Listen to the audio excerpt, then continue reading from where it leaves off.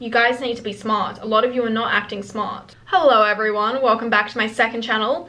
Today I want to make a part 2 to my attachment video, and that one like blew up. I am so surprised, but it seems like a lot of you are attached, so I'm here to help you out. In the previous video we talked about how attachment, it has a lot to do with the chemicals we're feeling. So I didn't actually know this wasn't common knowledge. Just because you think you feel a particular way, that doesn't mean that's how you actually feel. For example, you know when someone's doing hot and cold on you, you tend to get obsessed. People who don't know that this is just the chemical reaction in our brain, because it is the same process that is a drug addiction, you will start to feel like, oh my god, do I love them? Do I like them? Why do I feel this way? Now they're not talking to me, I like them, so it must mean I like them. No, it's all in your brain, it's not real. So let's move into part 2 of this, attachment and how to detach.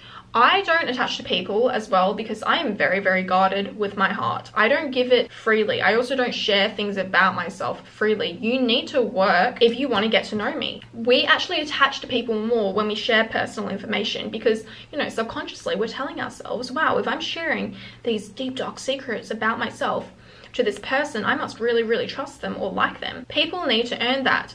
And also, guys, you need to take what everyone says with a grain of salt. Guys love to love bomb and they love to lie. People love to say, oh, I'm gonna do this and that for you, and then they don't do it. Or I'm gonna do this and that myself in my life, and then it never happens. Some people are all talk. Everything someone says to me, especially in dating, I really take it with a grain of salt. And I talk about this in a lot of videos, but having a great life is going to just protect you from attachment and dating shitty people and just shitty experiences in general. Because if you have a life that you love and you've built this life yourself, you are proud of your life, you're not going to let anyone in to come and disturb your energy and disturb this miraculous, wonderful life you've built for yourself. And that's how I feel. Additionally, I get so disgusted by guys who are all talk and no action. I take everything somebody says with a grain of salt. I do not believe words.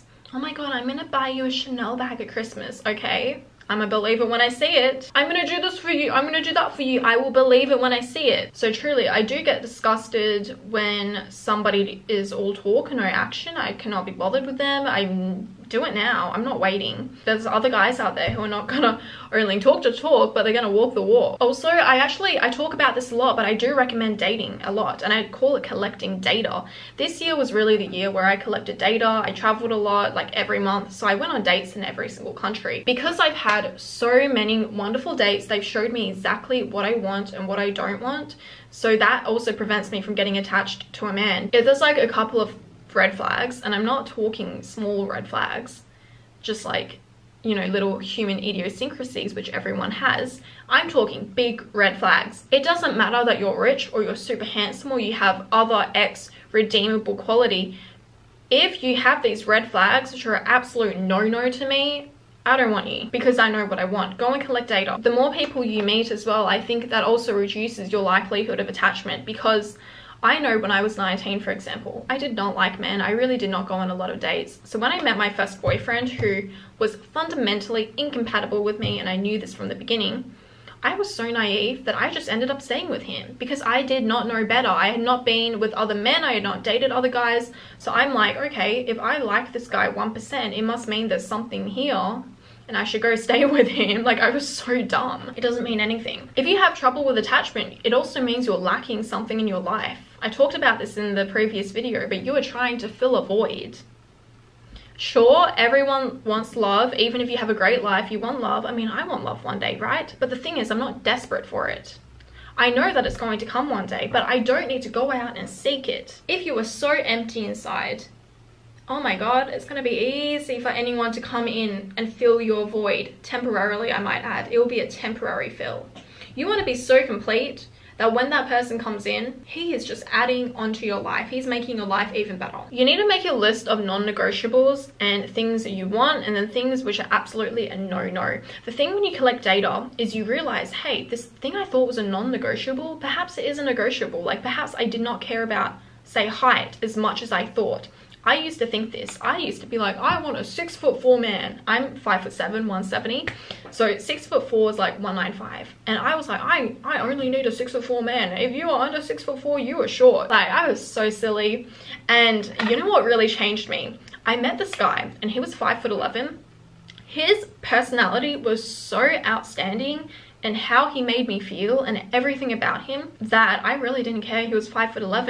And I also realized a guy who's 5'11", you will look at him and you won't go like, you're short, but you won't go, you're tall. He's just like, his height's just like nothing. It's just not a factor.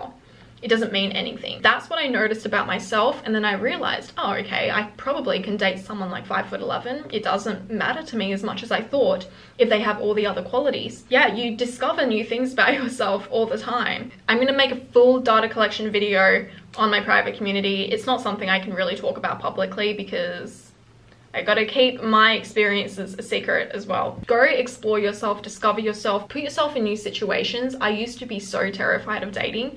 I would like nearly pass out. I would need to do a shot before I would go. That's another thing. Don't drink on a date because the alcohol is going to make you think you like them way more. You want to be able to think critically and clearly. First time I would go on a date, I would be so scared. And afterwards, I did it so many times, so many being like, maybe like 20 times, that I would like feel nothing. I just rock up, hey, what's up? Like, and the more I did this, the more I got confident in myself. Like, I know my worth.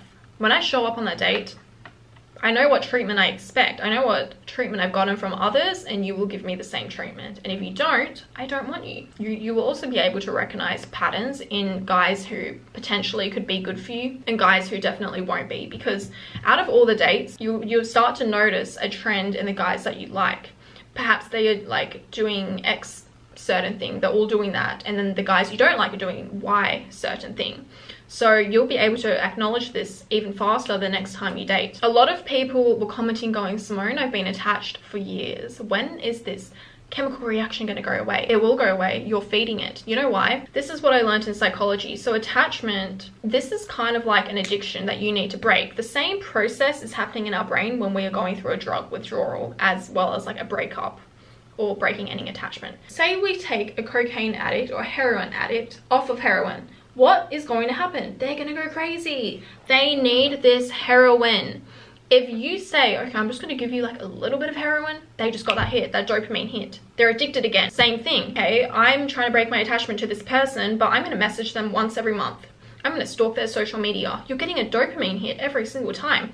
Break the attachment. How do you expect to move on and get over this if you keep feeding these chemicals? Like, it doesn't make any sense. Literally, go no contact, don't stalk their shit, try to forget about them for 3 months, go cold turkey on everything. You will find this mental fucking addiction is going to break. The attachment will break and you will think so clearly.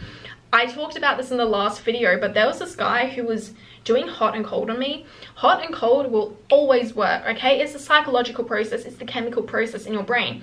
The difference is it will never work on me. It will work chemically, but it won't work mentally because I know what you're doing. And I am strong enough mentally to overcome these chemicals in my brain. So while he was doing this to me and I'm like, oh my God, like I'm so obsessed now. Like I want to stalk all your stuff. I just want to see you. I just want to talk to you. I knew he wasn't good for me.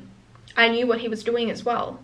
So you know what I did? I went cold turkey. I never messaged this guy again. He actually ended up messaging me 2 months later. By the time that I was like so over this, it took me 3 weeks to get over it. I was so over it. When he messaged me, I was actually disgusted by him. I could see all of his actions so clearly. I could see the type of person he was so clearly, and I just didn't like what I saw. If I kept feeding that addiction, I would have rose-tinted lenses on. You guys need to be smart. A lot of you are not acting smart, okay? Anyways, guys, go sign up for Triple S Society. The basic version is just if you want more videos from me, and then the second tier, this is like the level up tier. We are a dream incubator. We are creating the #1 most educational program for women, also men, in the world. And it's a very low price because we want it to be as accessible as possible to help as many people as possible. Come join the Triple S Society, invest into yourself, you guys. I'm looking forward to having you there. Ich liebe dich. Tschüss.